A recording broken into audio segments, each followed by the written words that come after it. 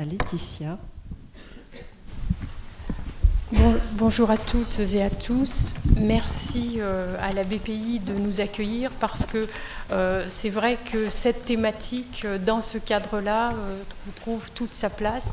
Et on a été très heureux quand on a rencontré un accueil dès qu'on a fait une demande pour présenter cette journée d'études, d'autant plus que ça permet de rassembler des professionnels sur une journée de formation professionnelle pour les bibliothécaires. Et pour faire le lien avec ce qu'a dit Madame Cluzel juste avant, on a vraiment besoin de sensibiliser, de former tous les professionnels. Donc merci aussi à Vanessa Van Hatten qui a bien posé le cadre ce matin des nouvelles directives, de la loi, du plan stratégique du gouvernement.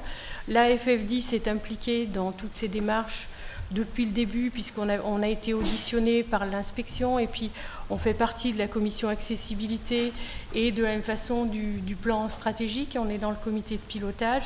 Donc on a tout intérêt à travailler tous ensemble parce qu'effectivement, pour les personnes empêchées de lire, il y a ce que les aveugles avant nous ont appelé une famine littéraire, et c'est assez dommageable.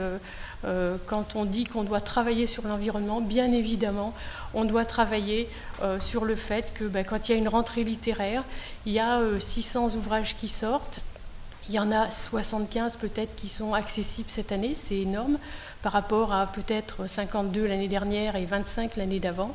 Mais on a encore une marge de progrès.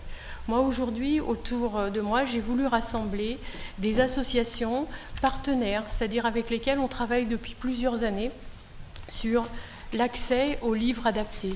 En fait, on s'est aperçu à la FF10, quand on s'est posé ces questions sur le terrain dans nos associations locales, régionales et nationales, que en fait, la plus grande difficulté, c'était le référencement de ces ressources. On a régulièrement des familles qui nous appellent. Je vous donne l'exemple d'une maman qui nous appelle, que j'ai transmise à Sylvain l'année dernière.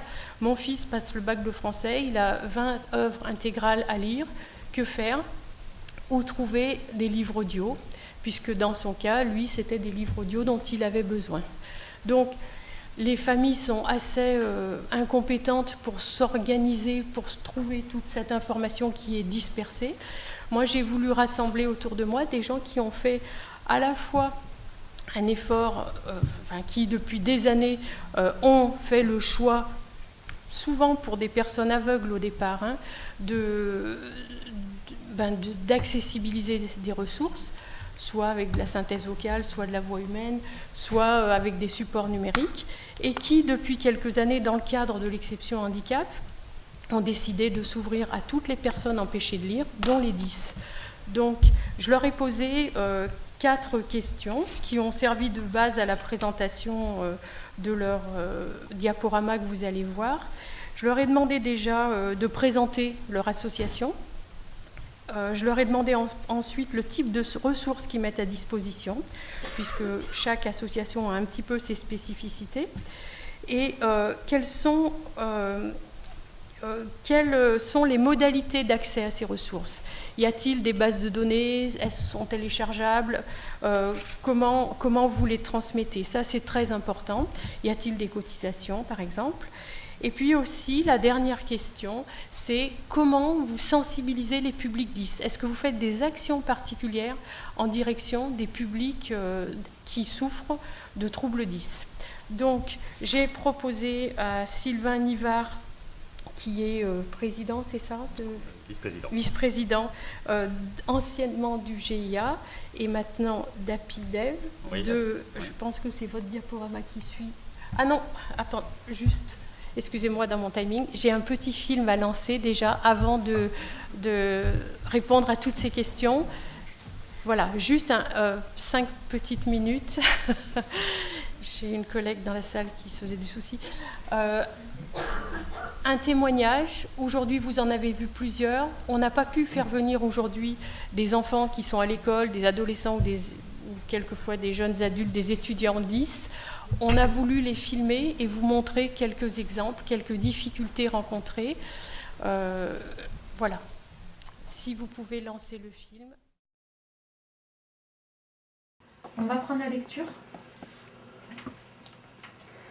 Donc pour la lecture, il faut que tu saisisses le livre. On va essayer de lire un peu plus longtemps. D'accord? Tu lis à peu près 1 minute. On va essayer de lire 1 minute et demie. Attends, moi je suis pas prête. Donc voilà, tu essaies de tenir ton livre bien droit. Si tu as besoin de suivre avec le doigt, tu le fais. Ok? C'est comme tu veux, Mathieu. Je vais me regarder, ça fait bon. J'ai disparu la veille de l'anniversaire de mes 12 ans, le 28 juillet 1988. Aujourd'hui seulement, je peux enfin raconter toute cette histoire extraordinaire. Il n'y a plus cette rupture entre le décodage, la lecture, la compréhension. Voilà, il arrive à faire un lien. Au début, c'était soit la lecture, soit la compréhension. Mais ça pouvait pas être les deux. En sixième, j'avais plein de livres à lire. Je les lisais jamais, donc j'étais dans mon coin, rien dire. Et en cinquième aussi? En cinquième, j'en ai eu moins, mais je les ai pas lus non plus. Ces mots, toutes ces lettres, c'est désespérant. J'imagine même pas un roman. Sur des petits textes en histoire, des fois on est en cours, on doit lire des textes. On les lit, mais moi je comprends pas la première fois, donc des fois je les lis 2, 3 fois. Donc si c'était un roman de 120 pages, 2, 3 fois ça fait long. Ce qui est avantageux, c'est qu'on écoute souvent d'abord le CD et après on lit, alors je comprends mieux l'histoire, donc c'est plus facile à comprendre. Est-ce que ça t'aide juste pendant que tu fais ce travail sur les histoires ou est-ce que ça t'aide pour tes autres cours? Par exemple, quand les profs te donnent des consignes que tu dois lire? Ben, ça, pas trop, mais ça m'aide parce qu'on a étudié le livre 35 kilos d'espoir. Ouais. Bon, pour la vérité, je l'ai pas lu du tout. Je l'ai écouté. Parce que dès qu'on a commencé à faire le livre audio, Madame Lobello nous l'a passé sur clé USB. Donc moi, je l'avais pris sur l'ordi portable du lycée. Et je l'écoute comme ça, quand je me rappelle plus pour travailler en cours. Et du coup, tu pouvais répondre aux questions en cours. Oui. Tu as pu participer. Oui, pour une fois. Exprimer, c'est pour une fois, il a pu participer au cours, il a pu montrer ses compétences parce qu'on a rendu accessible le livre. Voilà.